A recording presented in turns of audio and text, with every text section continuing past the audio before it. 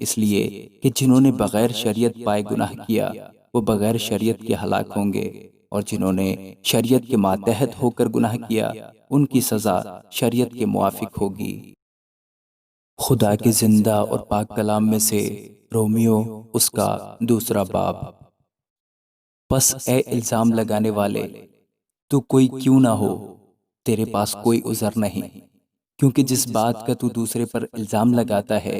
اسی کا تو اپنے آپ کو مجرم ٹھہراتا ہے، اس لیے کہ تو جو الزام لگاتا ہے خود وہی کام کرتا ہے، اور ہم جانتے ہیں کہ ایسے کام کرنے والوں کی عدالت خدا کی طرف سے حق کے مطابق ہوتی ہے۔ اے انسان، تو جو ایسے کام کرنے والوں پر الزام لگاتا ہے اور خود وہی کام کرتا ہے، کیا یہ سمجھتا ہے کہ تو خدا کی عدالت سے بچ جائے گا؟ یا تو اس کی مہربانی اور تحمل اور صبر کی دولت کو ناچیز جانتا ہے اور نہیں سمجھتا کہ خدا کی مہربانی تجھ کو توبہ کی طرف مائل کرتی ہے، بلکہ تو اپنی سختی اور غیر تائب دل کے مطابق اس قہر کے دن کے لیے اپنے واسطے غضب کما رہا ہے، جس میں خدا کی سچی عدالت ظاہر ہوگی۔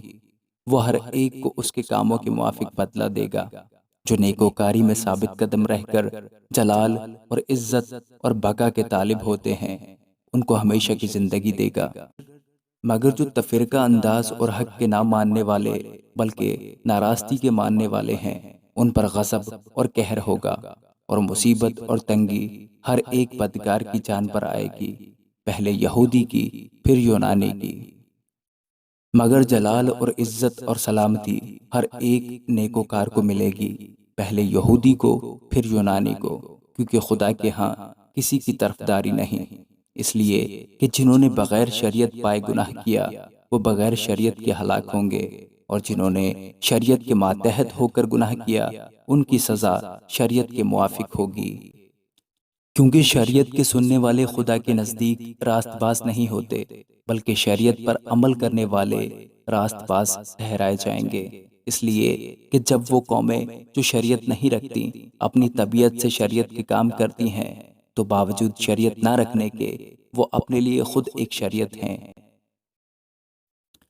چنانچہ وہ شریعت کی باتیں اپنے دلوں پر لکھی ہوئی دکھاتی ہیں، اور ان کا دل بھی ان باتوں کی گواہی دیتا ہے، اور ان کے باہمی خیالات یا تو ان پر الزام لگاتے ہیں یا ان کو معذور رکھتے ہیں۔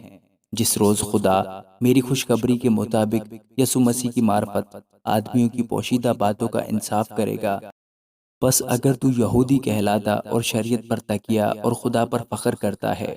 اور اس کی مرضی جانتا اور شریعت کی تعلیم پا کر عمدہ باتیں پسند کرتا ہے، اور اگر تجھ کو اس بات پر بھی بھروسہ ہے کہ میں اندھوں کا رہنما اور اندھیرے میں پڑے ہوں کے لیے روشنی اور نادانوں کا تربیت کرنے والا اور بچوں کا استاد ہوں، اور علم اور حق کا جو نمونہ شریعت میں ہے وہ میرے پاس ہے، بس تو جو اوروں کو سکھاتا ہے اپنے آپ کو کیوں نہیں سکھاتا؟ تو جو واز کرتا ہے کہ چوری نہ کرنا، آپ خود کیوں چوری کرتا ہے؟ تو جو کہتا ہے کہ زنا نہ کرنا، آپ خود کیوں زنا کرتا ہے؟ تو جو بتوں سے نفرت رکھتا ہے، آپ خود کیوں مندروں کو لوٹتا ہے؟ تو جو شریعت پر فخر کرتا ہے، شریعت کے عدول سے خدا کی کیوں بے عزتی کرتا ہے؟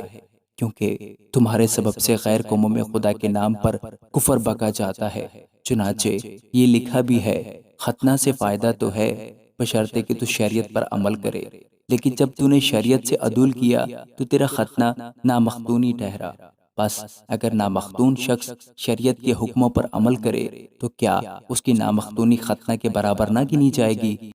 اور جو شخص قومیت کے سبب سے نامختون رہا اگر وہ شریعت کو پورا کرے